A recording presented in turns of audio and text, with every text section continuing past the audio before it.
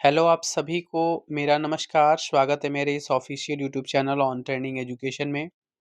दोस्तों BPSC TRE 4 के बारे में आप सभी लोगों को जानकारी प्राप्त हो चुकी है कि हमारा जो एग्जामिनेशन होने वाला है वो सितंबर में होगा। तो उसी क्रम में हम अपनी एक सीरीज को लेके आए हैं एससीईआरटी, जो इसका सब्जेक्ट है जियोग्राफी में बिहार एससीईआरटी भूगोल। ये क्लास 9th का है, ठीक है, जिसमें हम आपको शुरू से लेकर के अंत तक जितने भी चैप्टर होंगे सभी चैप्टर आपको समाहित हैं। मेरे ख्याल से टोटल 12, 13 या 14 चैप्टर हैं, लगभग सारे चैप्टर आपको मिलेंगे इसमें। आपको ये कंप्लीट नोट्स मिलेगा। नोट्स को पढ़ने के बाद से बहुत कॉन्फिडेंस डेवलप हो जाएगा आपके सामने। तो आप लोग शुरू से लेकर के अंत तक सेशन को जरूर देखें। पहला चैप्टर है जिसका नाम है स्थिति एवं विस्तार, ठीक है। पॉइंट को आप लोगों को ध्यान से पढ़ना है, मेरी बातों को जरूर ध्यान से सुनना है। सेशन आप लोगों को सच में पसंद आए, प्यार जरूर दीजिएगा, सेशन को शेयर जरूर कर दीजिएगा। एक लाइक बटन का प्रेस और एक प्यारा सा कमेंट जरूर करें आप लोग। पहला पॉइंट आपके सामने हम दे रहे हैं कि बिहार में स्थित वैशाली विश्व का पहला गणराज्य है। कौन सा है? जो वैशाली आपके है बिहार में, वो विश्व का पहला गणराज्य है। बिहार करा कि विश्व में भारत की ही एक एकमात्र ऐसा देश है जिसके नाम पर एक महासागर है, जो आप नाम जानते हैं, जिसका नाम है हिंद महासागर। और हमारे भारत का नाम है हिंदुस्तान, ठीक है ना। यह दक्षिण एशिया में भारत की एक महत्वपूर्ण स्थिति को दर्शाता है। इस बात को पॉइंट याद रखना है, किधर? तो दक्षिण एशिया में भारत की एक महत्वपूर्ण स्थिति को दर्शाता है। अगले पॉइंट के चलते हम, ये पॉइंट है आपका स्थिति। आपको जैसे बकायदा आपके बुक में हेडिंग के द्वारा चीजें दी गई हैं, मैं हेडिंग के द्वारा ही चीजों को वन लाइनर फॉर्मेट में ला करके आपको बहुत इजी वे में समझाने का प्रयास करूंगा। फिर अगले पॉइंट की तरफ बढ़ते हैं कि जो मुख्य भूभाग है, ठीक है, मुख्य भूभाग जो इसका है भारत का, वो 8 डिग्री 4 मिनट उत्तर से लेकर के 37 डिग्री 6 मिनट उत्तर अक्षांश और 68 डिग्री 7 मिनट पूर्व से लेकर के 97 डिग्री पूर्वी देशांतर तक फैला हुआ है, ठीक है। इसका तो ये अक्षांशीय और देशांतरी विस्तार है। अक्षांशीय विस्तार आपका 8 डिग्री 4 मिनट से लेकर के 37 डिग्री 6 मिनट है। देशांतरी विस्तार की बात करेंगे तो आपका 68 डिग्री 7 मिनट पूर्व से लेकर के 97 डिग्री 25 मिनट पूर्वी देशांतर तक फैला हुआ है। अगला पॉइंट है कि भारत के द्वीप समूह को सम्मिलित करने के बाद इसका जो दक्षिण में विस्तार है वो 6 डिग्री 45 मिनट उत्तर अक्षांश से शुरू होता है। अगले पॉइंट की तरफ हम बढ़ते हैं। करा कि भारत का जो दक्षिणतम बिंदु है उसका नाम है इंदिरा पॉइंट। क्या नाम है उसका? इंदिरा पॉइंट नाम है भारत का सबसे दक्षिणतम बिंदु। और जो कहाँ है? जो अंडमान निकोबार द्वीप समूह में स्थित है। यानी जो इंदिरा पॉइंट है वो दक्षिणतम बिंदु है और उसकी जो स्थिति की बात करेंगे तो ये अंडमान निकोबार द्वीप समूह में स्थित है। अगला पॉइंट है 23.5 डिग्री उत्तरी अक्षांश, जिसको हम कर्क रेखा बोलते हैं। ये भारत के बीचों बीच से होकर के गुजरती है। मतलब इंडिया के बीचों बीच से होकर के 23.5 डिग्री में उत्तरी अक्षांश, जिसको हम कर्क रेखा बोलते हैं, उसको गुजरती है। और आपको पता है एक कर्क रेखा आपके भारत को 8 राज्यों से होकर के गुजरती है, सबको पता है। और इसे लगभग वो भारत को 2 बराबर भागों में बांटती भी है। अगले पॉइंट की तरफ हम कदम रखते हैं। अगला पॉइंट है हमारा आकार। कह रहा है कि भारत का जो क्षेत्रफल है वो 32.8 किलोमीटर स्क्वायर है। मतलब 32.8 वर्ग किलोमीटर का क्षेत्रफल है भारत का, जो विश्व के कुल भौगोलिक क्षेत्रफल का लगभग 2.4% है। भारत का जो क्षेत्रफल है वो विश्व के भौगोलिक दृष्टिकोण से देखा जाए तो इसका 2.4% है। अब हम देखते हैं कि जो भारत है वो विश्व में कितने स्थान पर आता है क्षेत्रफल की दृष्टि से। तो ये दिखाया है कि विश्व के 7 बड़े देशों की चर्चा की गई है, जिसमें सबसे पहले स्थान पर रूस आता है, दूसरे पर कनाडा, तीसरे पर चीन, चौथे पर यूएसए, उसके बाद ब्राजील, उसके बाद ऑस्ट्रेलिया, उसके बाद भारत। ये 7वें नंबर पे भारत आता है। 7वें नंबर पर भारत है, तो इससे जस्ट पहला जो होगा बड़ा, इससे जस्ट बड़ा जो देश की बात पूछता है वो कौन है? तो ये है ऑस्ट्रेलिया। और सबसे बड़ा जो क्षेत्रफल की दृष्टि से बात करेंगे तो वो है रशिया, जिसको हम रूस बोलते हैं, ठीक है।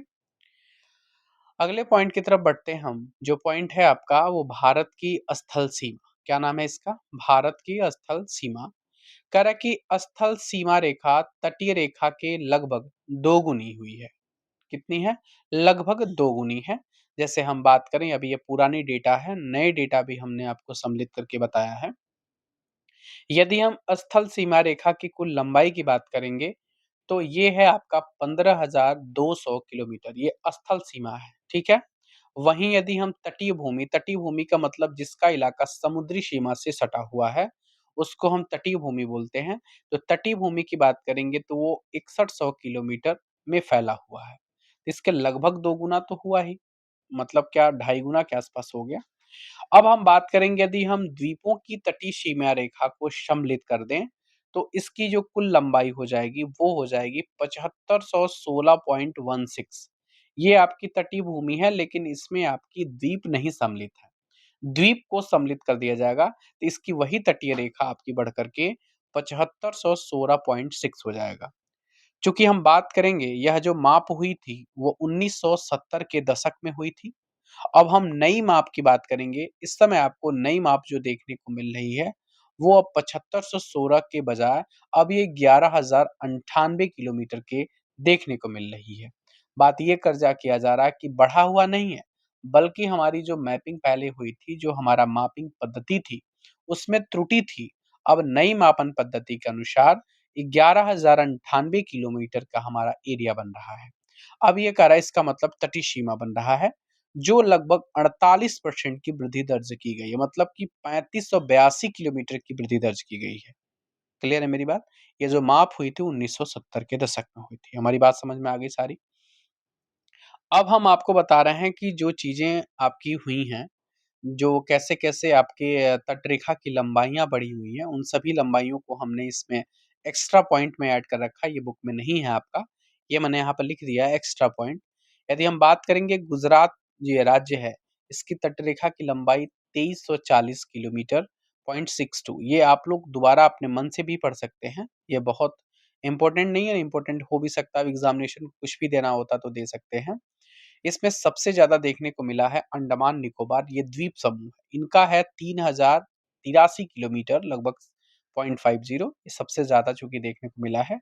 तो ये आपका नए डेटा के अकॉर्डिंग हमने पॉइंट को अलग-अलग जो राज्य हैं और जो केंद्र शासित प्रदेश हैं, उनको मिला करके कहाँ-कहाँ तटरेखा की लंबाइयाँ कितनी हैं, मैंने उसमें आपका कवरेज दे दिया है। आपकी पीडीएफ मेरे Telegram channel on trending education में मिल जाएगी। क्लियर है? चलिए आगे हम बढ़ते हैं। अगला पॉइंट क्या कह रहा है? एक छोटी-सी जानकारी हम आपके साथ साझा करना चाहते हैं। जो भी बीपीएससी टीआरई 4 के लिए बहुत ही सीरियस स्टूडेंट हैं या एईडीओ के जो अभ्यर्थी हैं, उनके लिए हमने जीरो टी हीरो लेवल के लिए एक एनसीईआरटी पैक लॉन्च किया हुआ है, एनसीईआरटी, जिसमें एनसीईआरटी हिस्ट्री से आपको 9000 एमसीक्यू मिलेंगे। 6 से 12 तक का आपको हैंड रिटेन नोट्स मिलेगा मात्र ₹99 में। ज्योग्राफी भी वैसे ही 6 से 12 तक का, जिसमें आपको 10,000 एमसीक्यू मिलेंगे, लेकिन आपको उसमें 6 से 10 तक ही हैंड रिटेन मिलेंगे, मतलब 6 से 10 तक हैंड रिटेन नोट्स मिलेंगे, लेकिन एमसीक्यू आपको लाइन बाय लाइन ये मिलेगा। मैंने बोल लिखा है इसमें, लाइन बाय लाइन एमसीक्यू मिलेंगे। एनसीईआरटी पॉलिटिकल साइंस भी 6 से 12 तक का होगा, जिसमें 12,000 से ज़्यादा क्वेश्चन होंगे और इसमें प्रिंटेड नोट्स भी मिलेंगे। इसके नोट्स प्रिंटेड होंगे जो 6 से 10 तक के होंगे। आपको बहुत ज़्यादा पसंद आएगा मेरा एनसीईआरटी साइंस, जो 6 से लेकर के 10 तक है। इसमें आपको 5600 प्लस एमसीक्यू मिलने वाले हैं। इसमें आपको मैंने इन टेक्स्ट वाले सॉल्यूशन डाले हैं, जो बुक के अंदर वाले सॉल्यूशंस होते हैं वो। एक्सरसाइज़ विद आंसर के साथ हमने दिए हैं क्वेश्चन्स के। उसके साथ उसके बाद जो न्यूमेरिकल्स वाले सॉल्यूशन हैं, मैंने उनको भी दिया है। इसकी प्राइस बहुत लोवेस्ट रखी है, मात्र 79 ₹71 में रखी है। यदि आप कंप्लीट एक साथ लेना चाहते हैं, तो सुंबर सुपर कॉम्बो ऑफर के साथ आपको अवेलेबल करा दिया जाएगा, केवल 299 की प्राइस में। यदि केवल 2 प्राइस आप सब्जेक्ट लेना चाहते हैं, उसमें भी आपको 30% की डिस्काउंट कर दी जाएगी। ये target exam BPSC TRE 4, AEDO, BPSC 72 के लिए है। आपको लेना है तो आप इस नंबर पर व्हाट्सएप करेंगे, आपको वहाँ पे सारी जानकारी साझा कर दी जाएगी। जो भी नहीं लिया हुआ, प्लीज़ इस पैक को ज़रूर ले लें, आपको बहुत लाभ मिलने वाला है।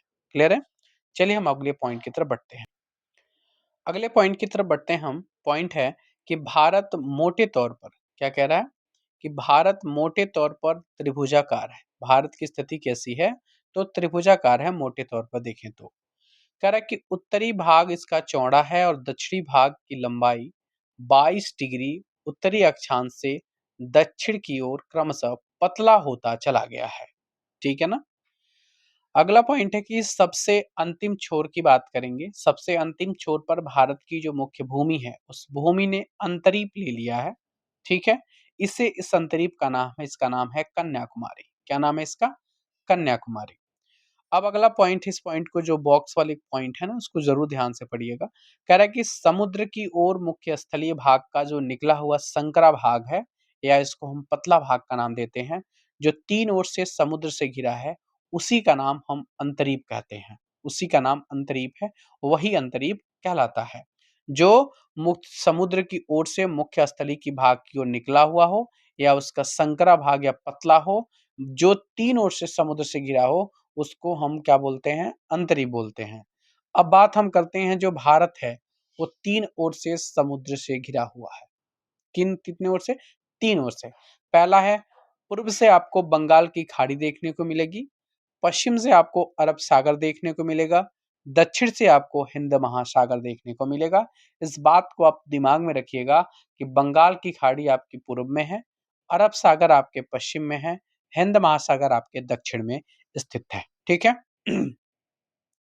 अगले पॉइंट की तरफ बढ़ते हैं हम। कह रहे हैं कि भारत के उत्तर पश्चिम और उत्तर पूर्व सीमा पर जो नवीन मोड़दार पर्वत है, वो क्या है? स्थित है। ठीक है ना? नवीन मोड़दार पर्वत, जैसे हिमालय हमारा क्या है? ये आपका नवीन मोड़दार पर्वत के अंतर्गत आता है। अगले पॉइंट के बढ़ते हैं। अगला हमारा पॉइंट है, उसमें हम कदम रखते हैं अक्षांशीय और देशांतरी विस्तार का प्रभाव। बहुत अच्छे ढंग से, बहुत मेहनत से हमने पढ़ाया है। तो इस मेहनत से मैंने इस नोट्स को सजा के लिखा है। जितनी मेरी हैंडराइटिंग अच्छी हो, बुरी हो, मैंने पूरा प्रयास किया कि आपको मेरे जो लेटर्स हैं वो अच्छे से आप ढंग से पढ़ लें। तो आपको सच में मेरी वीडियो पसंद आ रही है ना, तो एक बार कमेंट ज़रूर करेंगे आपको मेरी वीडियो कैसी पसंद आई है। अगला सेशन किस प्रकार का होना चाहिए, क्या डिमांड है, आप लोग ज़रूर बताएँगे। सेशन को शेयर ज़रूर करेंगे। अक्षांशीय और देशांतरी जो विस्तार है, वो दोनों लगभग 30 डिग्री है। लगभग कितनी डिग्री है? तो 30 डिग्री है। किंतु भूमि पर दोनों में वास्तविक दूरी समान न होने का कारण पृथ्वी पर अक्षांशीय दूरी समान, किंतु अंतर्देशीय दूरी जैसे जैसे ध्रुव की ओर जाते हैं कम होती चली जाती है। ठीक है ना? अगला पॉइंट है कि जो अरुणाचल प्रदेश है और कच्छ के बीच, अरुणाचल प्रदेश आपको पता है पूर्वी इलाका है, और कच्छ सबसे पश्चिमी इलाका है। इसके बीच की यदि हम स्थानीय समय की बात करेंगे, इस इसमें 2 घंटे का अंतराल होता है, और ये ऐसा कारण क्या है? ऐसा वो केवल 30 डिग्री देशांतरी विस्तार के कारण है। अब हम आपको थोड़ा-सा समझाने की प्रयास करते हैं। इस समझने का प्रयास करिएगा, समझिएगा। जैसे मान लीजिए 24 घंटे में हमारा 360 डिग्री हमारी सुई राउंड लगाती है, घूमती है। 360 डिग्री होता है। यदि हम 1 डिग्री की बात करेंगे, तो 24, अब ये आपका जो है, ये आवर है, इसको हम कन्वर्ट कर दिए हैं मिनट में, क्योंकि हमने यहाँ पे मिनट लिखा है। तो 24 गुणे 60 बटा 360। हमने 0 से 0 काट लिया, 6 से 36 में काटा, 6 बार में, 6 चौके 24, 4 हो गया। मतलब अब हम देखेंगे 1 डिग्री में, 1 डिग्री जो है वो 4 मिनट यहाँ पे लिखना चाहिए मुझे। 1 डिग्री 4 मिनट के बराबर हो रही है। तो वहीं हम बात करेंगे 30 डिग्री का, उसके अंतराल उसके पास अंतराल आ रहा है। तो 30 गुणे 4 बराबर कितना होगा? 120 मिनट। इसका मतलब इन दोनों के बीच में, इन दोनों स्थानीय समयों के बीच में 2 घंटे का अंतर आपको देखने को मिलेगा। ठीक है? अगला पॉइंट है, कह रहा है कि अब जो 82.5 डिग्री जो पूर्वी देशांतर है, वो इलाहाबाद के नैनी से होकर के गुजरती है। कहाँ से? 82.5 डिग्री पूर्वी देशांतर इलाहाबाद के नैनी से होकर के गुजरती है। नेक्स्ट पॉइंट है, जो कर्क रेखा है, जिसको हम 23.5 डिग्री उत्तरी अक्षांश की बात करेंगे, वो हमारे पड़ोसी राज्य जो झारखंड है, उसकी राजधानी रांची है, और उसका जो पड़ोसी देश है, जैसे मतलब हमारे जो पड़ोसी देश हैं, वो बांग्लादेश से होकर के गुजरता है। क्लियर है पॉइंट? अगले पॉइंट के बढ़ते हैं कि जो भारतीय मानक समय है, जिसको हम ग्रीनविच स्टैंडर्ड टाइम के नाम से जानते हैं, वो हमारे यहाँ से लगभग 5.5 घंटे आगे हैं। ये डायरेक्ट एग्जाम में पूछता है, आता है, बिल्कुल दिमाग पर रखेंगे। भारतीय मतलब Indian standard time, Greenwich standard time से 5.5 घंटे आगे है। क्लियर है मेरी बात? समझ में आ रहा है? उम्मीद करते हैं आप सबको समझ में आ रही है मेरी बात। चलिए, हम अगले पॉइंट की तरफ बढ़ते हैं। अगले पॉइंट की तरफ बढ़ते हैं। अगला पॉइंट क्या कह रहा है? कह रहा कि उत्तर में जम्मू कश्मीर के उत्तरी किनारे से 37 डिग्री 6 मिनट अक्षांश रेखा गुजरती है, जो विषुवत रेखा से दूर है। कहाँ है? जो विषुवत रेखा से दूर है, जिसकी वजह से जो सूर्य की किरण है वो तिरछी पड़ती है तथा जो सूर्यातप है वो कम पड़ता है। ध्यान रखिएगा इस बात को जरूर। कह रहा है कि वहीं इसके विपरीत दक्षिण भाग केरल और तमिलनाडु विषुवत रेखा के काफी नजदीक हैं, जहां सूर्य किरण सीधी तथा सूर्यातप अधिक होता है। ठीक है ना? यदि हम बात करेंगे केरल और तमिलनाडु में, तो इसमें दक्षिण भाग जो केरल और तमिलनाडु इसका विषुवत रेखा है वो विषुवत रेखा के काफी नजदीक है। ठीक है? और वहां पे क्या होती है, जो सूर्य की किरणें होती हैं वो सीधी पड़ती हैं। जब सीधी पड़ेंगी तो वहां पर जो सूर्य का टेम्परेचर होगा वो काफी अधिक होगा। कह रहा है कि केरल में वो सबसे छोटे और सबसे बड़े दिन में 45 मिनट का अंतर होता है। कितने मिनट का अंतर होता है? 45 मिनट का। जबकि हम लेह लेह की बात करेंगे, जो लद्दाख की राजधानी है, इसमें जो यह अंतर है वो 5 घंटे का अंतर पाया जाता है। ये बहुत इंपॉर्टेंट पॉइंट है, इस बात को आप लोग याद रखिएगा। मतलब कि हम बात करेंगे कि लेह में, मतलब जो लद्दाख की राजधानी है, वहाँ पर यदि हम सबसे बड़े और सबसे छोटे दिन के अंतराल की बात करेंगे, तो ये 5 घंटे का अंतराल देखने को मिलता है। वहीं पे केरल में हम बात करेंगे तो वहाँ पर 45 मिनट देखने को मिलता है। अगला पॉइंट है भारत तथा विश्व। इसके बारे में बात करेंगे। कह रहा कि भारत अपनी प्रायद्वीपीय आकृति के कारण हिंद महासागर के शीर्ष पर स्थित है। ठीक है? अगला पॉइंट है कि मसाला, मलमल के कपड़े, अन्य सामान भारत से निर्यात होते थे। आपको पता है अंग्रेजों के जमाने में मलमल के कपड़े काफी काफी फेमस थे, और ये ब्रिटिश साम्राज्य में ब्रिटिश के मार्केट में ले जाकर के इसको अच्छे दामों में बेचा जाता था। वही बात मसाले की भी थी। तथा इसके विपरीत वहां से क्या होते थे, यूनानी स्थापत्य कला और पश्चिमी एशिया की जो वास्तुकला थी, इसके मीनार, इसके गुंबद, यहाँ के वहाँ के जो गुंबद होते थे उसके प्रभाव भी हमारे वहाँ देखने को मिलते हैं। वहाँ किस प्रकार की मीनारें बनती थीं, किस प्रकार के गुंबद होते थे, ये सभी के सभी वास्तुकला का जो प्रमाण है, वास्तुकला का जो प्रभाव है, वो हमारे सांस्कृतिक में देखने को मिलता है। अब हम देखते हैं भारत के पड़ोसी देश।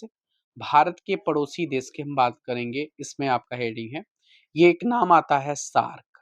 क्या नाम आता है? सार्क। जिसका फुल फॉर्म क्या होता है? South Asian association for regional cooperation. क्या है? South Asian association for regional cooperation. इसका जो मुख्यालय की बात करेंगे, इसका मुख्यालय आपका काठमांडू है। काठमांडू आपको पता है कि नेपाल में पड़ता है, मतलब सार्क का मुख्यालय काठमांडू है। यदि हम सार्क के उद्देश्य की बात करेंगे, इसका उद्देश्य है कि आर्थिक, सामाजिक और सांस्कृतिक एवं तकनीकी को बढ़ावा देना। ठीक है?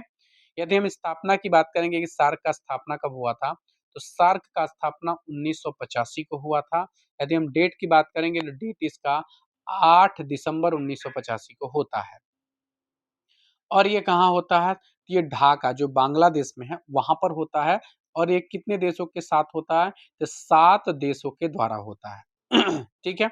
दो चीज याद रखिएगा, बहुत इंपॉर्टेंट है कि सार्क का मुख्यालय कहाँ है, तो काठमांडू, बहुत ज्यादा पूछता है। दूसरा चीज की स्थापना कब होती है, तो 1985 में होती है। अब ये जो 7 जो देश थे जो मिलकर के इस सार्क का स्थापना किए थे, ये 7 जो देश हैं वो कौन है? पहला तो भारत ही है, दूसरा पाकिस्तान है, बांग्लादेश है, श्रीलंका है, नेपाल है, भूटान है, मालदीव है और अफगानिस्तान है। ये सभी के सभी भारत के पड़ोसी देश भी हैं। ठीक है?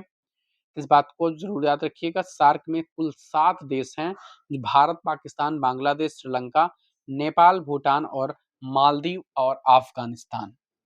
ठीक है? अगले पॉइंट की तरफ हम कदम रखते हैं। करा कि भारत की जो स्थल सीमा है वो कुल 7 देशों को छूती है। इन देशों के जो नाम हैं वो हैं पाकिस्तान, अफगानिस्तान, चीन, नेपाल, भूटान, बांग्लादेश और ये आपके हैं म्यांमार। ये आपके भारत के स्थल सीमा देशों की नाम है। करा कि श्रीलंका भारत से मन्नार की खाड़ी और पाक जल संधि के द्वारा अलग होता है। जो श्रीलंका है वो भारत से कौन सी खाड़ी? तो मन्नार की खाड़ी और पाक जल संधि के द्वारा अलग होता है। अगले पॉइंट की तरफ बढ़ते हैं। भारत की जो मुख्य भूमि है, इस भूमि पर स्थित धनुषकोटि से श्रीलंका का जो तट है, वो मात्र 24 किलोमीटर की दूरी पर स्थित है। वहीं बात करेंगे इस रेखीय द्वीपों की श्रृंखला की, तो इसमें आपको एक एडम्स ब्रिज नाम से एक श्रृंखला पाई जाती है, जो द्वीपों की श्रृंखला है। एडम्स ब्रिज क्या है? ये एक द्वीपों की श्रृंखला है।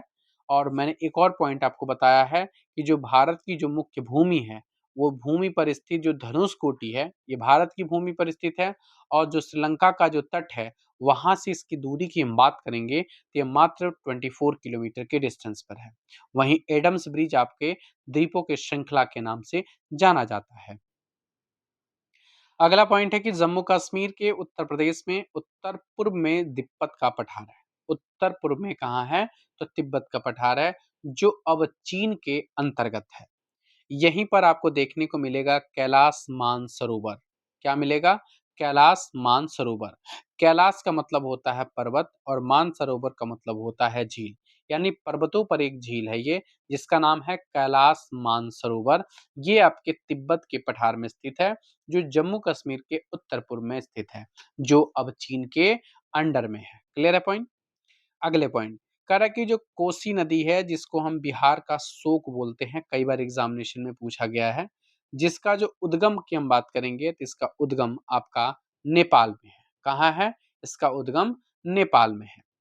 अब कह रहा है कि अब नेपाल में कोसी जो तटबंध के टूट जाने से 18 अगस्त 2008 को उत्तरी बिहार में भयंकर बाढ़ आई थी। ये पूछ सकता है, जब कोसी तटबंध टूटा हुआ था, तो बिहार के किस क्षेत्र में बाढ़ आई थी? तो वो क्षेत्र था उत्तरी बिहार। और ये डेट है 18 अगस्त 2008 को, क्योंकि एनसी एससीईआरटी है और आप वहाँ पे एक शिक्षक बनने जा रहे हैं बीपीएससी के थ्रू, तो आपको वहाँ के इस बुक की कंप्लीट जानकारी आपके दिमाग में रखनी चाहिए। कह रहा है कि भूटान के पूरब में भारत और चीन की सीमा रेखा हिमालय की श्रेणियों से होकर के गुजरती है, और इस सीमा रेखा को हम नाम देते हैं मैक मोहन रेखा। मतलब भारत और चीन के बीच में जो आपकी रेखा गुजरती है, जिसके द्वारा इनकी सीमा का एक आकलन किया गया, सीमा सीमा निर्धारित की गई है, उस सीमा रेखा का नाम है मैक मोहन रेखा। यानी मैक मोहन रेखा भारत और चीन के बीच में स्थित है। क्लियर है पॉइंट? अगले पॉइंट की तरफ हम बढ़ते हैं। अगला पॉइंट है कि पूर्वांचल की पहाड़ियां जिसको म्यांमार को भारत से अलग करती हैं। पूर्वांचल की पहाड़ियां किसको? तो म्यांमार को भारत से अलग करती हैं। जो म्यांमार पहले हम बर्मा के नाम से इसको जानते थे। कह रहा है कि दक्षिण में ये पहाड़ियां जो हैं, वो म्यांमार के आराकाना आराकाना योमा पर्वत में मिल जाती हैं। कहाँ पे आकर के? म्यांमार में स्थित है। कहाँ पे? ये जो पूछेगा कि जो आराकाना योमा जो पर्वत है वो कहाँ है, तो ये आपका स्थित है पर्वत, ये स्थित है आपका म्यांमार में। ठीक है ना?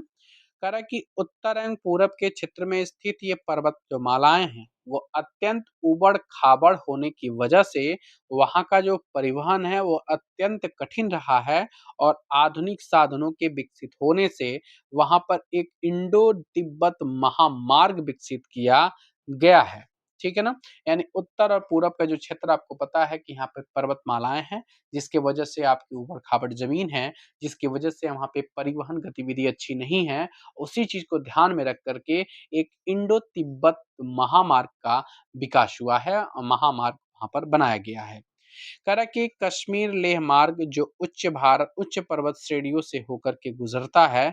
कह रहा कि अगला पॉइंट कि सिक्किम के एक दर्रे से भी एक मार्ग का विकास किया गया है।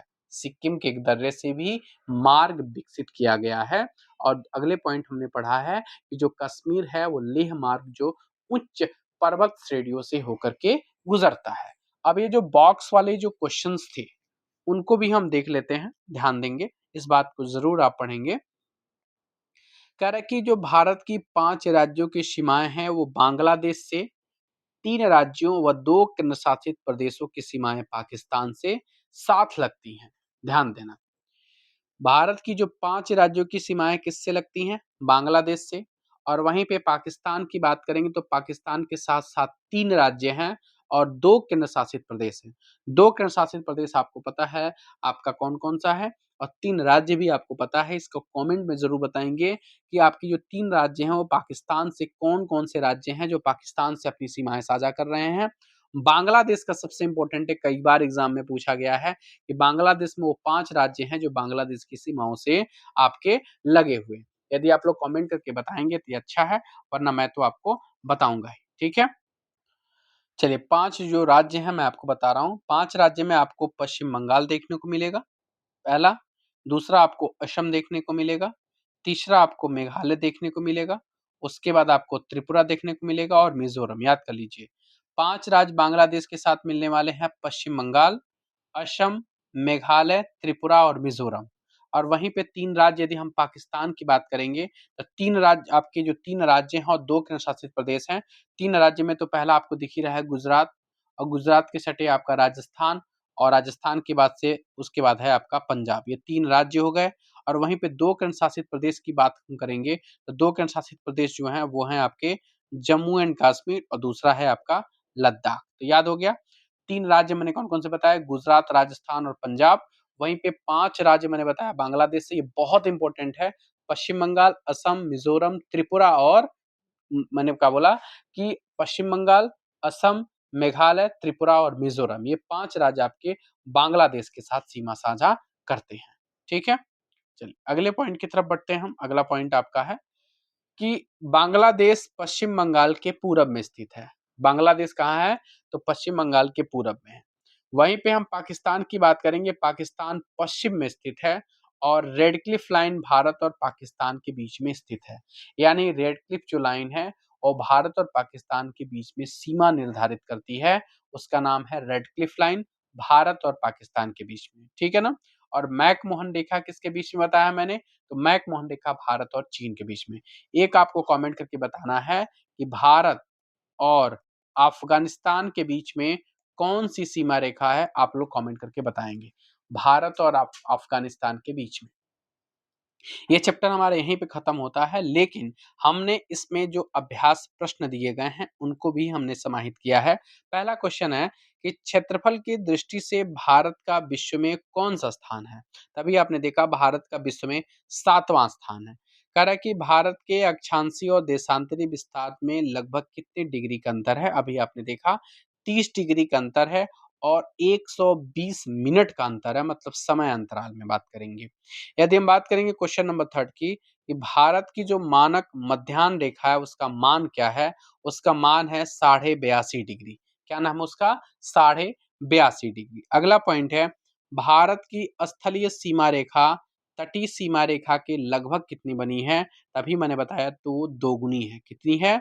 दोगुनी है। अगला पॉइंट है क्वेश्चन नंबर 5 इस चैप्टर का, कह रहा है कि भारत और चीन के बीच की जो सीमा रेखा है उसका नाम क्या है? तो भारत और चीन के बीच में सीमा रेखा का नाम मैक-मोहन रेखा नाम है। इसी के साथ ही हमने चैप्टर नंबर 1 की सभी इंपॉर्टेंट पॉइंट हमने कवर कर लिए हैं। एससीईआरटी से इसके बाद कोई भी पॉइंट आपके नहीं बनने वाले हैं, मेरी गारंटी है। आप इतना पढ़े हैं तो आपको बुक पढ़ने की पूरा का पूरा टेंशन खत्म। छोड़ दीजिए। आप केवल आप मेरे नोट्स को पढ़ लीजिए, एक पॉइंट आपको एनसीईआरटी से बाहर नहीं जाएगा। इसी प्रकार से हमने एनसीईआरटी भी पढ़ाया है, एनसीईआरटी को भी आप लोग जाएँगे, वो भी आपको एक पॉइंट आपको बाहर नहीं मिलेंगे, एमसीक्यू भी हमने पढ़ा रखा है, उसको ज़रूर देखेंगे। उसके बाद से आपको देखने को मिलेगा चैप्टर नंबर 2 जिसका नाम है भौतिक स्वरूप। भौतिक स्वरूप में आपको संरचना और उच्चावच देखने को मिलेगा। ये भी आपको बहुत अच्छे से हमने कवर करके इसको भी तैयार किया है। पहला पॉइंट है भूगर्भ शास्त्रियों के क्या है कि भूगर्भ शास्त्रियों के अनुसार भारत के भौतिक निर्माण को प्लेट विवर्तनिकी सिद्धांत, जिसको हम प्लेट टेक्टोनिक थ्योरी का नाम देते हैं, इस पर सहमति प्रकट की थी। ठीक है? कह रहा है कि प्लेट विवर्तनिकी शब्द का जो प्रयोग है वो तूजो विल्सन ने 1965 में किया था। डब्ल्यू जे मार्गन ने 1967 में सर्वप्रथम इसका प्रतिपादन किया था। और इस सिद्धांत के अनुसार क्या है कि पृथ्वी की जो ऊपरी परपटी है वो 6 बड़ी और 9 छोटी-छोटी प्लेटों से बनी है। कितनी बनी है? तो अब इन्होंने इसके सिद्धांत के अनुसार प्लेट टेक्टोनिक थ्योरी के अनुसार पृथ्वी की जो ऊपरी परपटी है, वो आपकी 6 बड़ी और 9 छोटी-छोटी प्लेटों से मिलकर के बनी है। अब हम बात करेंगे जो बड़ी प्लेटें हैं और छोटी प्लेटें कौन-कौन सी हैं।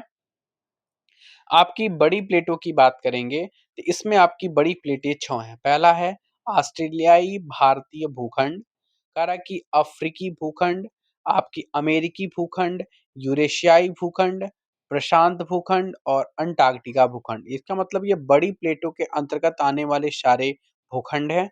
वहीं पर छोटी प्लेटों के अंतर्गत आने वाले जो भूखंड है उसका नाम है अरेबियन है, दूसरा फिलीपींस है, तीसरा जुआन दो फूफा है, उसके फूका है, उसके बाद है कोकोस, उसके बाद है नज़का, स्कैटिया, कैरिबियन और सोमालिया और आपके बिस्मार्क।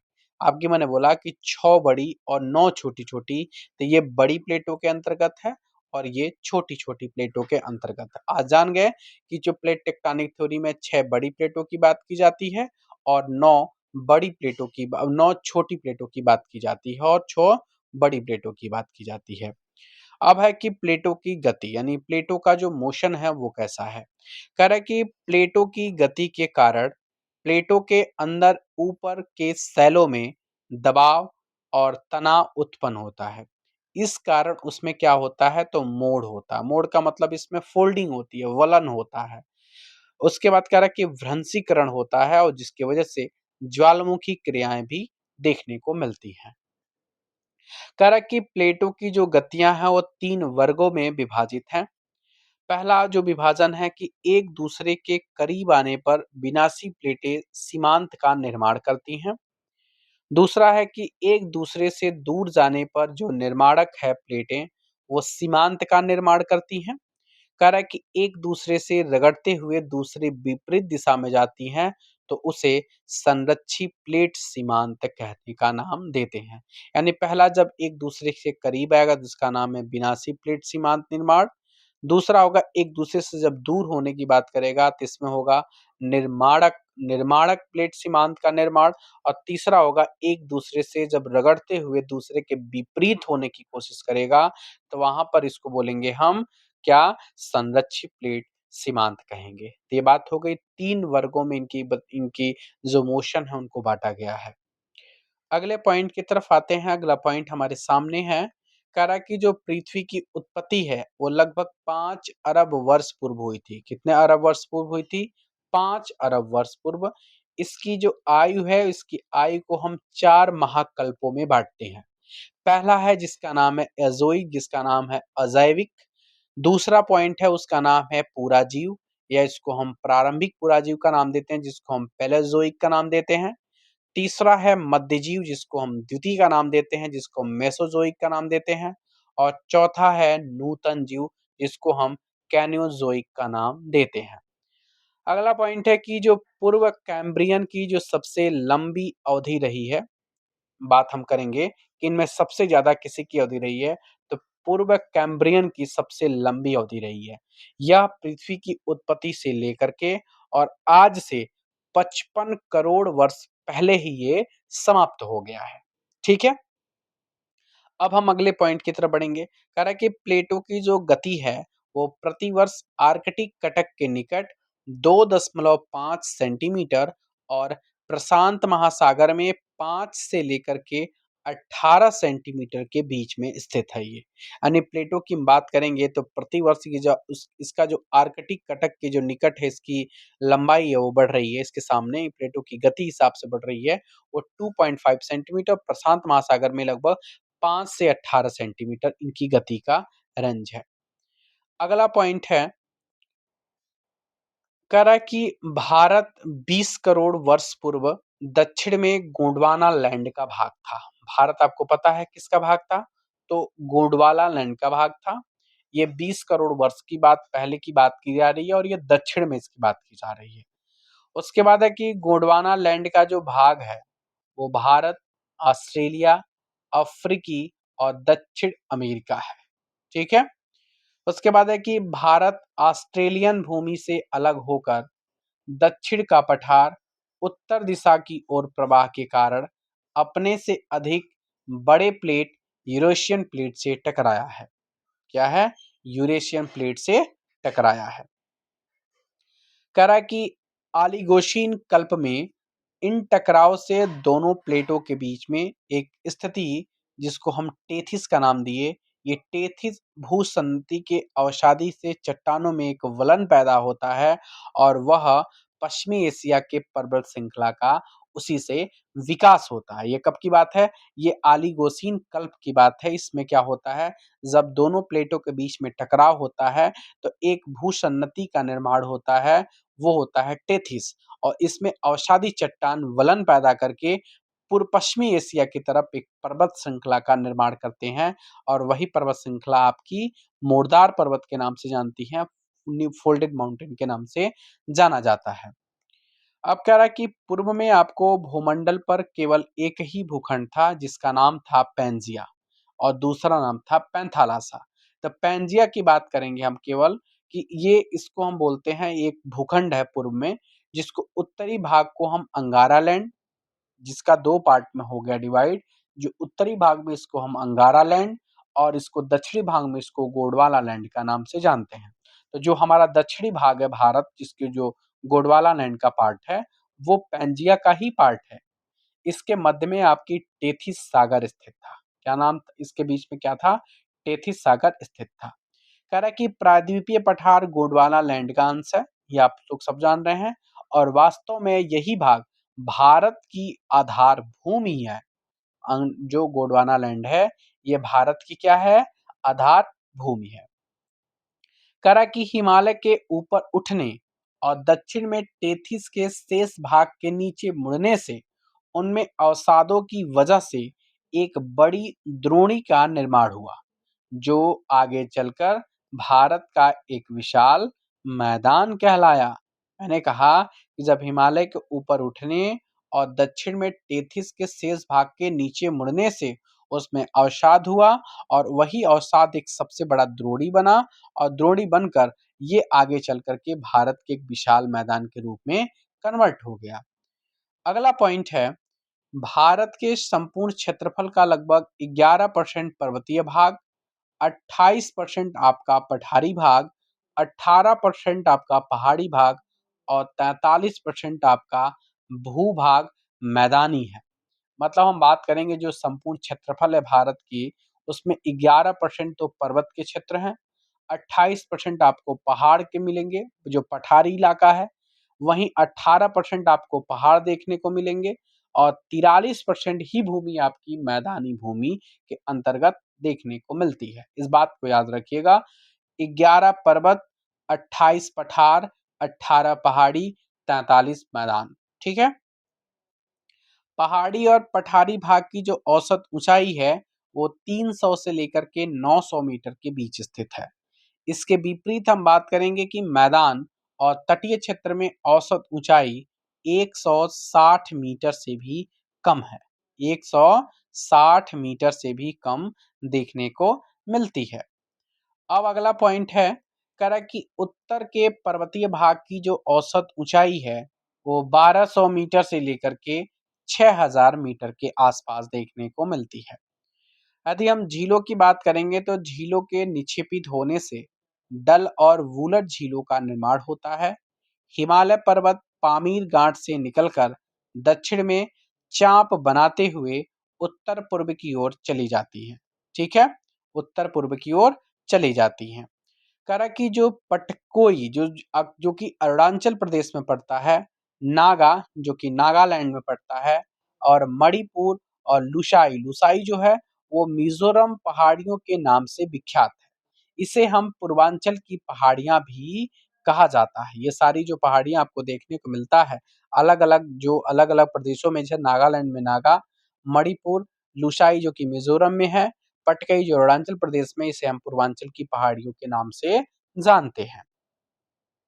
अगले पॉइंट की तरफ बढ़ते हैं हम। अगला पॉइंट है कि जम्मू कश्मीर में जोजिला और बुर्जिल दर्रा, हिमाचल प्रदेश में बड़ा लाचला और सिपकिला दर्रा, उत्तरांचल में थांगला, सिक्किम में नाथुला और जालेपला दर्रा स्थित है। ध्यान दीजिएगा, सिक्किम में नाथुला और जालेपला दर्रा है। उत्तरांचल में वहीं थांगला दर्रा की बात कर रहे हैं, जो उत्तरांचल का मतलब उत्तराखंड। बाड़ा लाचाला और सीप किला, ये बहुत इंपॉर्टेंट है। बाड़ा लाचाला और सीप किला आपकी हिमाचल प्रदेश में दर्रा स्थित देखने को मिलता है। जोजिला और बुर्जिल दर्रा आपको देखने को मिलता है आपके जम्मू कश्मीर में। आप मैं याद कराऊं कि बुर्जिल का मतलब होता है कि जो बुजदिल होता है, उससे याद करें बुजदिल जो आपके आतंकवादी हैं जम्मू कश्मीर में, बुजदिल होते हैं जो आतंकवादी उसमें नहीं होता, मतलब आतंकवादी मतलब उसमें हमला करते हैं, उसको हम बुजदिल के नाम से जानते हैं। और वहां पे एक प्रकार का जोजिला है, मतलब कि पूरा फैला हुआ है जाल जाल की तरह। तो इस प्रकार से जोजिला और बुर्जिल को हम कनेक्ट करके याद कर सकते हैं जम्मू कश्मीर से। ठीक है ना। अगला पॉइंट है कि उत्तरी पर्वतीय भाग के जो दक्षिण विशाल समतल हैं, वो भूभाग हैं, जो गंगा, सिंधु और ब्रह्मपुत्र और उसकी जो सहायक नदियां हैं, इसके तलछटों के नीचेपों से बना हुआ है। यदि हम बात करेंगे दक्षिण भूविशाल के समतल भूभाग की, तो ये गंगा, सिंधु और ब्रह्मपुत्र और उसकी सहायक नदियों के द्वारा बने हैं, जो उनके द्वारा जो निक्षेप लाए गए हैं, उनसे इनका निर्माण हुआ है। और हम इसकी औसत गहराई की बात करेंगे, इसकी औसत गहराई देखने को मिलती है 460 किलोमीटर के आसपास। उम्मीद करते हैं आप सबको समझ में आ रहा होगा। ठीक है, अगले पॉइंट की तरफ हम बढ़ते हैं। फिर से दोबारा मैं आपको ये सूचना दे दे रहा हूँ, ये एनसीईआरटी पैक आपको बीपीएससी टीआरई 4 एग्जाम के लिए एक रामबाण साबित होगा। इसको चाहिए तो आपको इस नंबर पे व्हाट्सअप करिए। ऑफर चल रहा है, चारों एक साथ लेना चाहते हैं तो 299 में मिल जाएगा। कोई दो सब्जेक्ट का कॉम्बिनेशन लेना चाहते हैं तो 30% का ऑफर चल रहा है। ये हिस्ट्री, जियोग्राफी, पॉलिटिकल साइंस और एनसीईआरटी केवल ये 4 सब्जेक्ट की हम बात कर रहे हैं। ये कंप्लीट एनसीईआरटी है, लाइन बाय लाइन एमसीक्यू और हैंड रिटन नोट्स, जितनी सारी चीजें लिखी हुई हैं वो सारी चीजें प्रोवाइड कर दी जाएंगी आपको। आप इसके लिए इस दिए गए नंबर पर व्हाट्सअप करें। ठीक है। पॉइंट है हमारा कि अरावली के पश्चिम में सिंधु की जो सहायक नदियां हैं, जिसका नाम है झेलम, चिनाव, रावी, ब्यास, सतलज, और पूरब में गंगा और उसकी सहायक नदियां यमुना, गंडक, घाघरा, गोमती, सरयू, कोशी, महानंदा, सोन, ये सभी के सभी क्या करती हैं, तो बहती हैं। ठीक है। तो ये आपकी मैंने बताया कि जो अरावली के पश्चिम में सिंधु नदी, उसकी सहायक नदियों के बारे में बात किया है, और ये पूरब में जो गंगा है उसकी सहायक नदियों के बारे में बात हुआ है। अब हम बात करेंगे अगले पॉइंट की तरफ। कह रहा है कि भारत का दक्षिण भाग पठारी क्षेत्र, जिसके पूरब में और पश्चिम में कई पहाड़ियां हैं, जिसकी औसत ऊंचाई आपको 500 से लेकर के 750 मीटर तक है। मैं आपको बता दूं, ये मेरा नोट्स पढ़ने के बाद से आपको बुक नहीं छूना, ये मेरी गारंटी, बिल्कुल नहीं छूना है। ठीक है। कह रहा है कि नर्मदा संपूर्ण संपूर्ण पठारी क्षेत्र को दो बराबर भागों में बांटती है। लेकिन आपको मेरे सेशन को जरूर लाइक कर देना है, प्यारा सा कमेंट जरूर करना है। कह रहा है कि सतपुड़ा के दक्षिण तापी नदी की घाटी है। सतपुड़ा के दक्षिण में कौन सी नदी है, तापी नदी की घाटी स्थित है। ठीक है ना। कह रहा है कि नर्मदा और तापी नदियों के द्वारा जो कछारी मैदान का निर्माण है, वो निर्माण करके एक भ्रंश घाटी से होकर के बहती है। जो आपके नर्मदा नदी और तापी नदियां हैं, उनके वो जो नदियां हैं, जो कछारी मैदान है, उनका निर्माण करके वो भ्रंश घाटी से होकर बहने वाली ये नदियां हैं। तो भ्रंश घाटी से बहने वाली नदियां कौन सी हैं, तो नर्मदा और तापी, दिमाग पे रखिएगा। कह रहा है कि सतपुड़ा जो कि दक्षिण पठारी क्षेत्र के उत्तर सीमा पर विंध्याचल पर्वत है, तथा इसके पश्चिम और पूरब में कई पहाड़ियां स्थित हैं।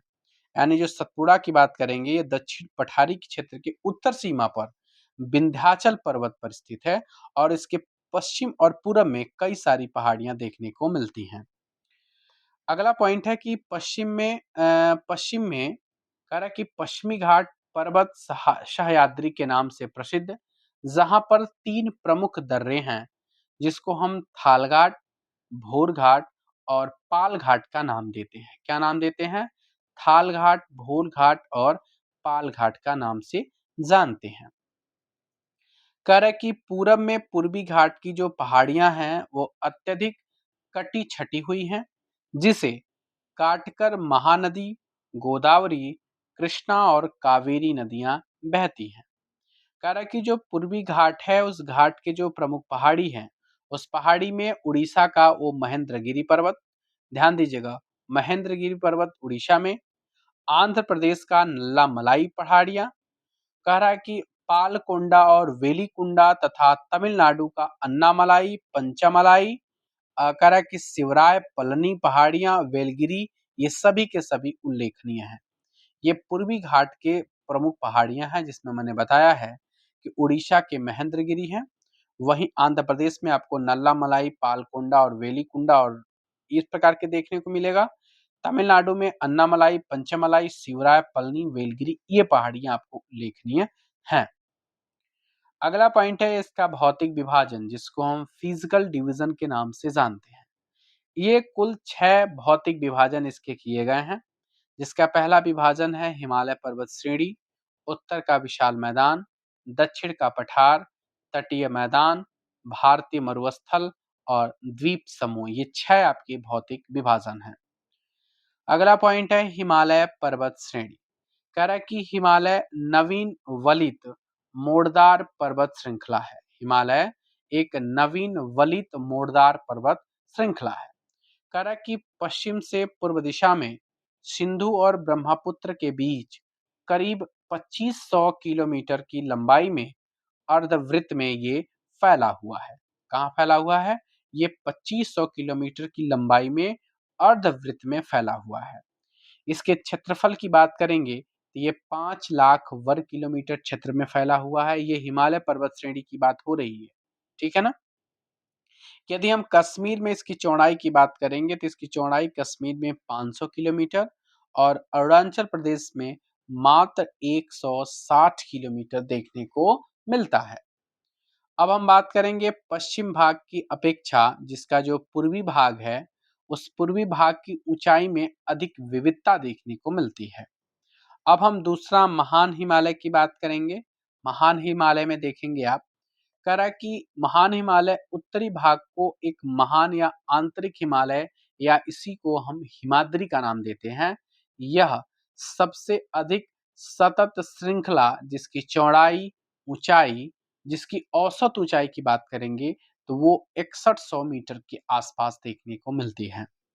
अब यहीं पे है कि हिमालय के कुछ उच्च शिखर हैं, उनके बारे में हम बात करेंगे। वैसे हम माउंट एवरेस्ट की बात करेंगे सबसे पहले। तो माउंट एवरेस्ट नेपाल में देखने को मिलता है, जिसकी ऊंचाई आपकी 8,848 मीटर है। केटू जिसका नाम है गाडविन आस्टीन, ये भारत की सबसे ऊंचे शिखर है, जिसकी ऊंचाई आपकी 8,611 मीटर है। तीसरा तीसरा देखने को मिलता है कंचनजंगा, जो ये भी भारत में है, जिसकी ऊंचाई 8,598 मीटर के आसपास है। मकालू मकालू आपका पड़ता है नेपाल में, जिसकी ऊंचाई है 8,481 मीटर। ये हिमालय के कुछ ऊंचे आपके शिखर हैं जिसकी चर्चा हमने आपसे किया हुआ है। उसके बाद से और भी चीजें हैं, जैसे आपके धौलागिरी है, ये नेपाल में है, जिसकी ऊंचाई आपकी 8,172 मीटर है। नंगा पर्वत है, भारत में है, 8,124 मीटर है। अन्नपूर्णा, ये भी भारत में है। कॉमेट, ये भी भारत में है। नामचा बरुआ, ये भी भारत में है। नम अब देखिएगा, मैं इसको बॉक्स कर रहा हूँ, ध्यान रखिएगा। कह रहा है कि नंगा पर्वत, अन्नपूर्णा, कामेट और नामचा बरवा, ये सब के सब भारत में स्थित हैं। इन सब के सब ऊंचाई आपके आसपास में दी हुई है। इस बात को जरूर याद रखिएगा कि गरुला और मंधाला, ये आपके नेपाल की एक पर्वत श्रृंखला है जिसकी ऊंचाई 7,728 मीटर है। धौलागिरी भी आपका नेपाल में है, न कि भारत में है। धौलागिरी आपके नेपाल की सबसे ऊंच नहीं, उसमें आपकी शिखर है ये भी हिमालय की ही शिखर है, जिसकी ऊंचाई 8,172 मीटर के आसपास देखने को मिलता है। अगले पॉइंट की तरफ कदम रखते हैं। हमारा पॉइंट है, अगला पॉइंट है हमारा, ध्यान रखेंगे। अगला पॉइंट है लघु हिमालय की तरफ हम बढ़ेंगे इसमें। लघु हिमालय नहीं, इसमें आपका जो पॉइंट बचा हुआ है इसमें कि जो जास्कर पर्वत है वो महान हिमालय का ही भाग है और जास्कर के उत्तर में लद्दाख पर्वत स्थित है, ठीक है। कह रहा है कि हिमालय के उत्तर में काराकोरम पर्वत श्रेणी, जिसे हम ट्रांस हिमालय का नाम देते हैं, यानी हिमालय के उत्तर में कौन सी श्रेणी है? काराकोरम श्रेणी। और इसे हम क्या नाम देते हैं, तो ट्रांस हिमालय का नाम देते हैं। इसका शिखर की हम बात करेंगे तो इस ट्रांस हिमालय के शिखर, जिसको हम केटू गार्डविन आस्टिन का नाम देते हैं, यह भारत की सबसे ऊंची पर्वत श्रृंखला है और यह दुनिया की दूसरी सबसे ऊंची पर्वत श्रृंखला है, जिसकी ऊंचाई आपको 8,111 किलोमीटर 111 मीटर के आसपास देखने को मिलता है। कह रहा है कि इसे गार्डविन आस्टीन और गौरी नंदा पर्वत के नाम से भी हम जानते हैं। इससे याद रखिएगा, गार्डविन आस्टीन तो सब लोग जानते हैं, लेकिन गौरी नंदा पर्वत के नाम से भी हम केटू के नाम को जानते हैं, जो भारत की सबसे ऊंची और दुनिया की दूसरी सबसे ऊंची पर्वत श्रृंखला है। कह रहा है कि उसके बाद हम लघु हिमालय या मध्य हिमालय की बात करेंगे। कह रहा है कि महान हिमालय के समांतर दक्षिण में स्थित श्रृंखला को हम लघु हिमालय अथवा मध्य हिमालय का नाम देते हैं। लघु हिमालय का जो निर्माण की बात करेंगे तो यह अत्यधिक संपीड़न और परिवर्तित शैलों से हुआ है, जिसकी औसत ऊंचाई आपको 1800 मीटर से लेकर के 4500 मीटर के आसपास देखने को मिलती है। यदि इसकी हम औसत चौड़ाई की बात करेंगे, इसकी औसत चौड़ाई 50 किलोमीटर है। कह रहा कि कश्मीर का जो पीर पंजाल श्रेणी है, वो लघु हिमालय का भाग है। कश्मीर का जो पीर पंजाल है, वो लघु हिमालय का भाग है। कह रहा कि इस क्षेत्र के कुछ घास के मैदान भी हैं, जिसे कश्मीर में हम मर्ग बोलते हैं। जैसे हम गुलमर्ग, खिलनमर्ग, सोनमर्ग, ये सभी के सभी कश्मीर में ये घास के मैदान हैं। कौन? गुलनमर्ग, गुलमर्ग, खिलनमर्ग और सोनमर्ग, ठीक है ना। और ये कश्मीर के पीर पंजाल श्रेणी के लघु हिमालय का ये पार्ट है। अब हम अगले पार्ट की बात करेंगे, इसमें शिवालिक हिमालय की बात करेंगे। कह रहा कि हिमालय के सबसे दक्षिण श्रृंखला, मैंने क्या बोला, हिमालय के सबसे दक्षिण श्रृंखला को बाहरी हिमालय और उप हिमालय अथवा शिवालिक हिमालय कहा जाता है। यह हिमालय की सबसे निचली परत है, सबसे निचला हिस्सा है ये, और ये दक्षिण श्रृंखला के सबसे बाहरी हिमालय में आता है, जिसको हम शिवालिक हिमालय का नाम देते हैं। पॉइंट अगले कदम की तरफ है कि शिवालिक पश्चिम में पोतवार के पठार से लेकर के प्रारंभ होकर के पूरब की ओर तिस्ता नदी तक लगभग हम 900 से लेकर के 1500 मीटर की ऊंचाई तक फैला हुआ है, जो 1200 किलोमीटर तथा चौड़ाई 10 से लेकर के 50 किलोमीटर के आसपास है। शिवालिक हिमालय का भी हम बात करेंगे तो शिवालिक हिमालय भी आपका एक नवीन पर्वतीय भाग के रूप में भी देखने को मिलता है। इसकी कुछ अलग-अलग विस्तृत घाटियां हैं, जिसको हम दून या द्वार के नाम से जानते हैं। जैसे उत्तराखंड में आप दून और द्वार देखने को मिलते हैं। इसमें आपको देहरादून, कोटली दून, कांगड़ा दून घाटी, अलीपुर द्वार, इस प्रकार से आपको देखने को मिलता है। मतलब दून या द्वार के नाम से देखने को मिलेगा। और ये हिमालय की सबसे निचली भाग होता है, जिसको हम शिवालिक हिमालय के नाम से जानते हैं। अब है कि बिहार में इसको पश्चिमी चंपारण और उत्तर पश्चिम पहाड़ी भाग इसी शिवालिक का ही भाग है, ध्यान रखिएगा। जो बिहार में आपको रेंज देखने को मिलते हैं, वो पश्चिमी चंपारण और उत्तर पश्चिम का पहाड़ी भाग, ये शिवालिक का भाग है।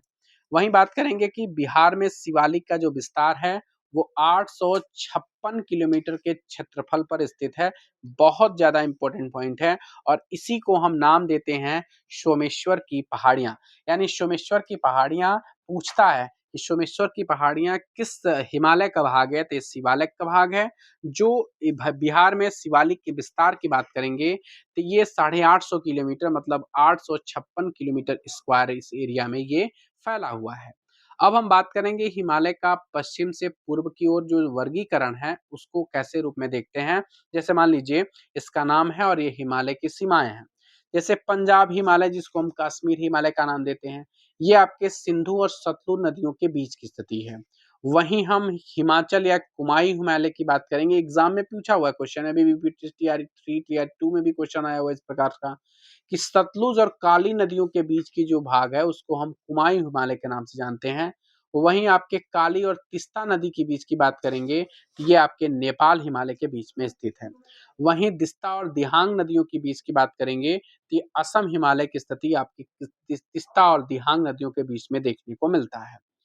अब हम बात करेंगे ब्रह्मपुत्र जो नदी है, वो हिमालय के सबसे पूर्वी सीमा बनाती है, ठीक है। नेक्स्ट पॉइंट है कि हिमा जो पूर्वांचल पहाड़ियां हैं, वो उत्तर पूर्वी राज्यों में स्थित हैं। और ये मजबूत जो बलुआ पत्थर होते हैं, जो हम बोलते हैं इसको अवसादी शैल, उसी अवसादी शैलों से बना हुआ है। हिमालय की जो उत्तरी ढलान है, उत्तरी ढलान पर आपकी जो दक्षिणी ढलान की अपेक्षा हिमानियों का विस्तार अधिक देखने को मिलता है। अब इसी पॉइंट में हम क्रमबद्ध करते हैं आपके उत्तर का विशाल मैदान की तरफ। ये बहुत इंपॉर्टेंट सेशन है, इंपॉर्टेंट पॉइंट है, इसको लो आप स्किप मत करिएगा प्लीज। कह रहा है कि हिमालय के दक्षिण और दक्षिण पठार के उत्तर तीन प्रमुख नदी हैं, जो प्रणालियां हैं उसका नाम है सिंधु, गंगा और ब्रह्मपुत्र। और उसकी वहीं सहायक नदियों की बात करेंगे तो ये सहायक नदियों के द्वारा ही ये सबसे बड़ा एक विशाल मैदान बना है, जिसका नाम है सिंधु गंगा ब्रह्मपुत्र का मैदान। ठीक है ना। और ये हम बात करेंगे यदि इस उपजाऊपन की दृष्टि से तो बहुउपजाऊ भूमि है ये, क्योंकि यह जो मैदान है वो जलोढ़ निक्षेपों से बना हुआ है। ये जो मैदान है वो जलोढ़ से बना हुआ है, और आपको पता है जो जलोढ़ होता है वो काफी उपजाऊ भूमि होती है। यह विश्व का सबसे अधिक घना और उपजाऊ वाला मैदान है, क्योंकि यहाँ पर आबादी सबसे ज्यादा देखने को मिलती है। करा इसका क्षेत्रफल की बात करेंगे तो ये 7 लाख वर्ग किलोमीटर से भी अधिक इसका क्षेत्रफल है। यहीं इसकी बात करेंगे हम पश्चिम से लेकर के पूर्व की लंबाई की, तो ये 2400 किलोमीटर, जो लगभग 150 से लेकर के 500 किलोमीटर चौड़ा देखने को मिलता है। वहीं बात करेंगे हम पश्चिम मैदान के ढाल की, तो ये उत्तर पूर्व से लेकर के दक्षिण पश्चिम, और पूर्वी मैदान का जो ढाल है वो उत्तर पश्चिम से लेकर के दक्षिण पूरब की ओर है। कह रहा है कि उत्तर विशाल के मैदान के मोटे तौर पर हम 4 उपभाग देखने को मिलते हैं। कह रहा है कि सिंधु और इसकी जो सहायक नदियां हैं, इसके द्वारा बना एक पश्चिमी मैदान या पंजाब का मैदान कहलाता है। रवि और ब्यास के दोआब को हम ऊपरी बारी दोआब कहते हैं। क्या नाम देते हैं इसका? रवि। ध्यान दीजिएगा, रावी और ब्यास जो नदी है, इसके जो दोआब हैं इसके ऊपरी बारी दोआब कहते हैं। और तथा ब्यास और सतलुज है, इसके दोआब को हम बिष्ट दोआब का नाम देते हैं। यानी दो दोआब हैं, एक बारी दोआब है और एक बिष्ट दोआब है। तो जो रावी और ब्यास के नदियों के बीच का दोआब है उसको हम बारी दोआब का नाम देंगे, और ब्यास और सतलुज के बीच का जो दोआब है उसको हम बिष्ट दोआब का नाम देते हैं। बहुत इंपॉर्टेंट पॉइंट है, इसको दिमाग में रखिएगा, एग्जाम में रिपीटेड क्वेश्चन होते हैं इससे। कह रहा है कि दूसरा उपभाग विशाल मैदान का राजस्थान का मैदान है। ठीक है। वहीं बात करेंगे, एक बालुका स्तूप देखने को मिलता है, यहाँ की एक सबसे प्रमुख स्थलाकृति है, जो पूर्वी भाग में यहाँ की कई पहाड़ियां हैं, जिसको इस पहाड़ियों का नाम है टोर। यानी जो मरुस्थली इलाका का जो बालुका स्तूप है, जो स्थलाकृति यहाँ के सबसे इम्पोर्टेंट ये स्थलाकृति इसकी, इसके पूर्वी भाग है, वही पहाड़ियां हैं बहुत सारी, और उसी पहाड़ियों का नाम हम टोर देते हैं। लूनी इस प्रदेश की सबसे प्रमुख नदी, आपको पता ही है, बहुत छोटी नदी है। और ये कह रहा है कि इस प्रदेश में सांवर, डेगना, दिदवाना और कुचापन जैसे बहुत सारे खारे पानी की झीलें भी आपको देखने को मिलती हैं। डिडवाना को बहुत लोग दिदवाना का नाम देते हैं। वहीं आपको सांवर, डेगना, दिदवाना, कुचापन, ये 4 से 5 ऐसी झीलें हैं जो खारे पानी की झीलें हैं।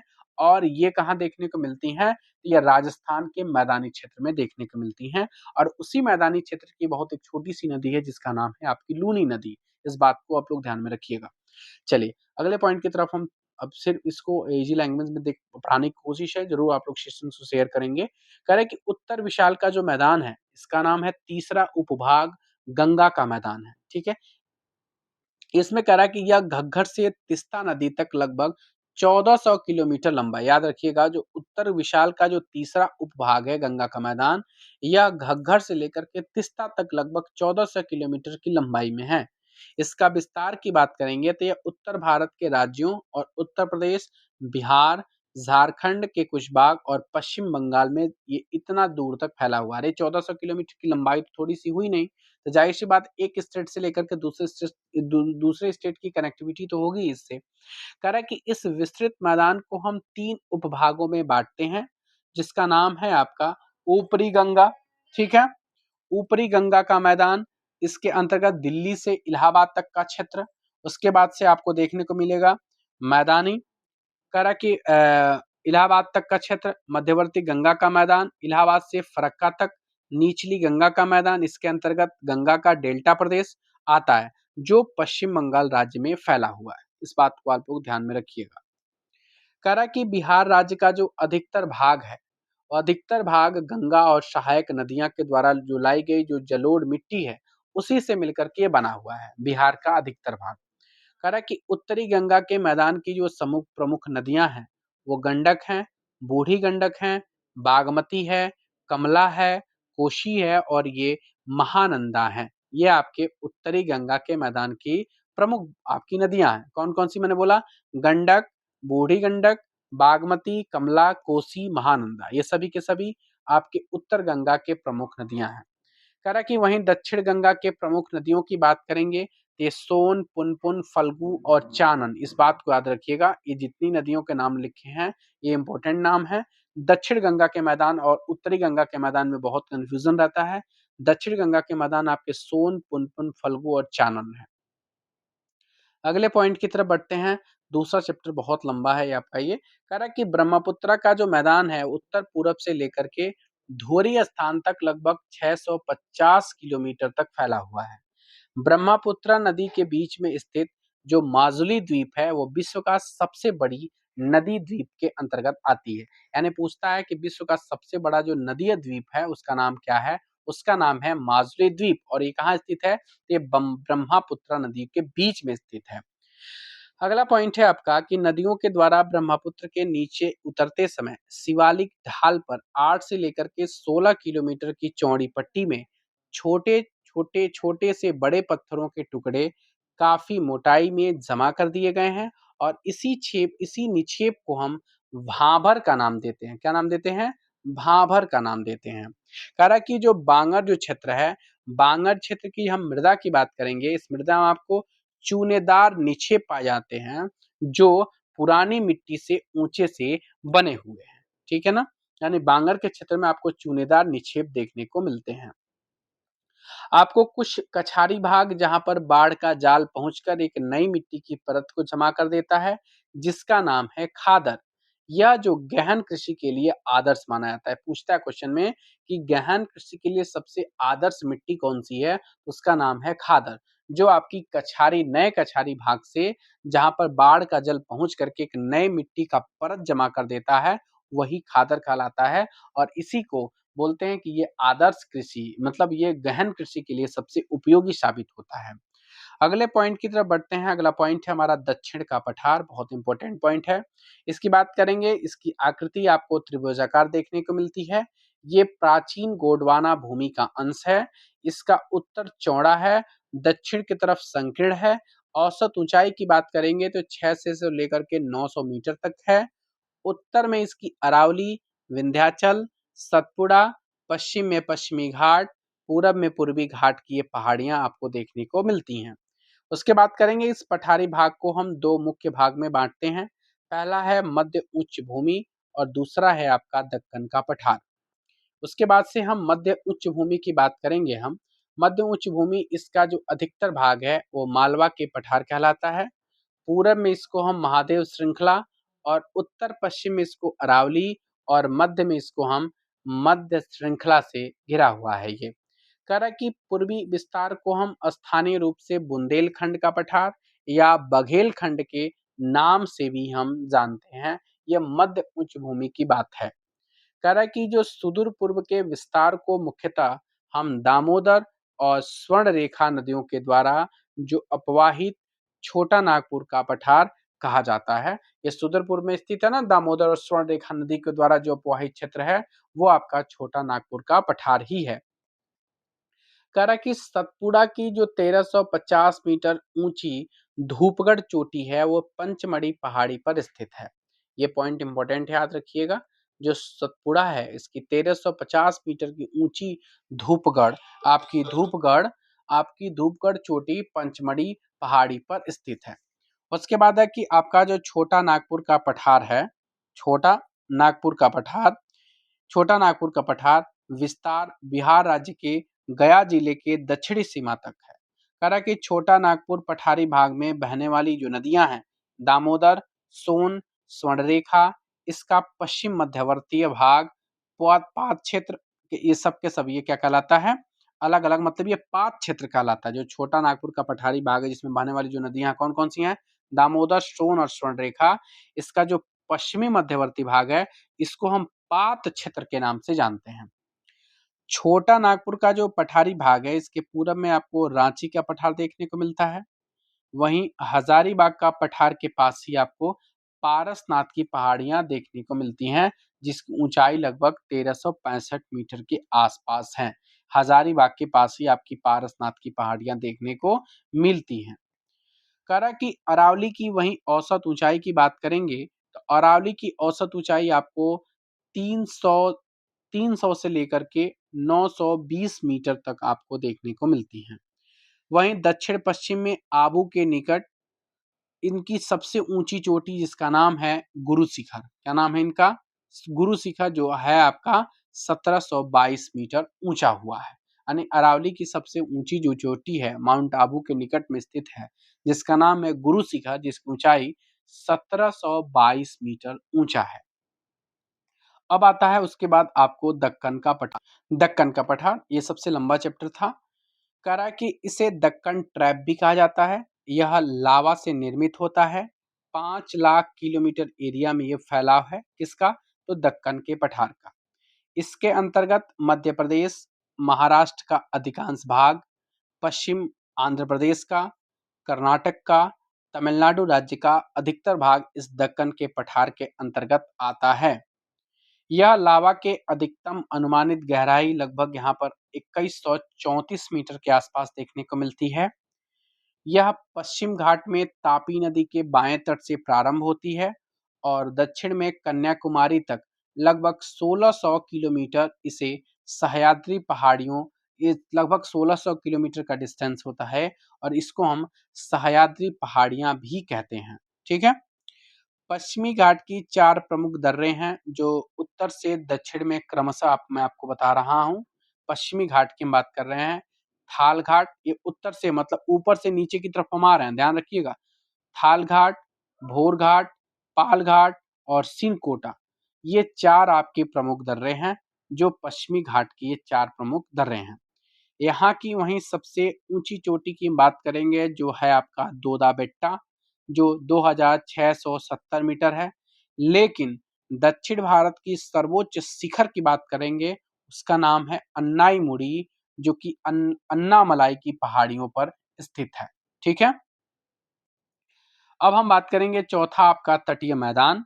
करा कि तटीय मैदान उत्तर में खंबात की खाड़ी से लेकर के और दक्षिण में कन्याकुमारी, जिसको हम कोमोरीन का नाम देते हैं, ये यहाँ के अंतरिक्ष तक फैला हुआ है।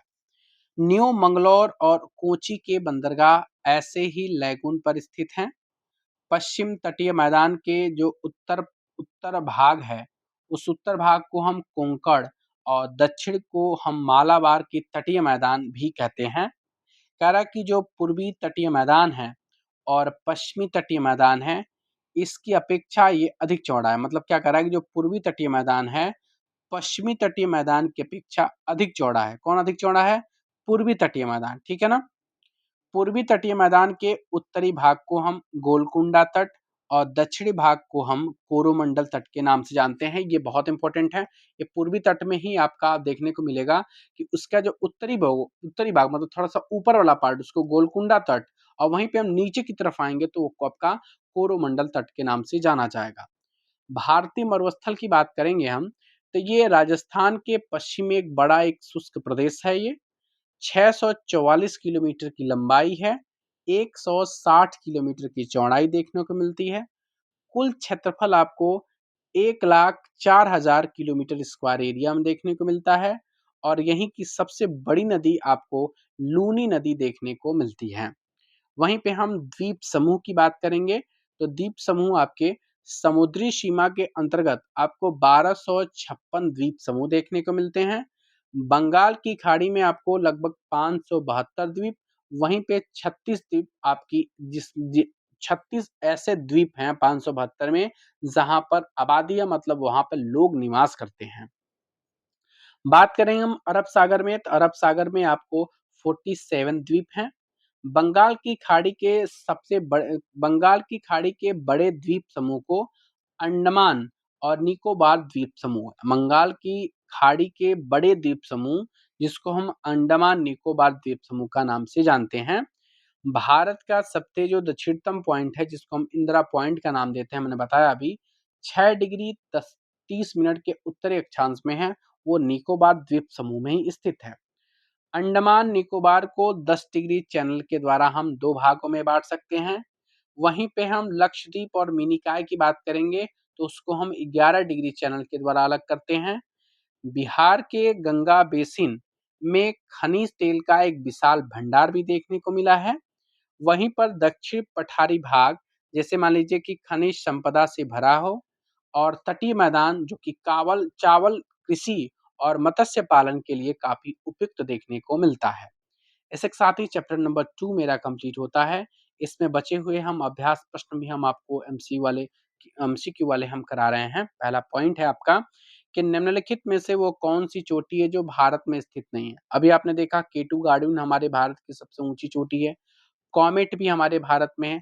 माउंट एवरेस्ट हमारे भारत में बिल्कुल नहीं है। माउंट एवरेस्ट आपके नेपाल में स्थित है। नंदा देवी भी हमारी भारत में स्थित है। दूसरा क्वेश्चन है कि बिहार के उत्तर पश्चिम किनारे पर हिमालय की वो कौन सी श्रेणी है। तो हिमालय की कौन सी श्रेणी है जिसका नाम है शिवालिक। कह रहा है कि तीसरा क्वेश्चन, हिमालय के निर्माण में वो कौन सा सिद्धांत है जो सबसे सर्वमान्य है। तो उसका नाम है plate tectonic theory. Option number C इसका सही है। क्वेश्चन नंबर 4 है, सैडल जो चोटी है इसकी ऊंचाई कितनी है। द सैडल चोटी की जो ऊंचाई है वो 738 मीटर देखने को मिलती है। क्वेश्चन नंबर 5 है कि भारत का सबसे प्राचीन भूखंड कौन सा है। तो भारत का सबसे प्राचीन भूखंड प्रायद्वीपीय पठार है। कौन सा है? प्रायद्वीपीय पठार। इसी के साथ ही चैप्टर नंबर 2 भी आपका कंप्लीट होता है। ठीक है।